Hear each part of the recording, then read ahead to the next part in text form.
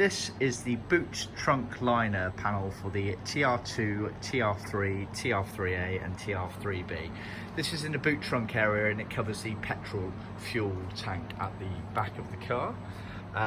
It's been cut out of Millboard on our CNC machine. Originally they left the factory in black Millboard with a grain facing on it. The very early TR2s would have left with coloured Millboard materials to match the paint colour. This has been done in Deluxe woven wool, so it's been done in dark blue at the customer's request.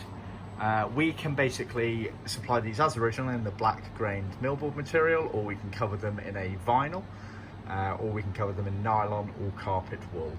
So just to show you as well, so this is the back of the panel, obviously the Millboard, it's grey there.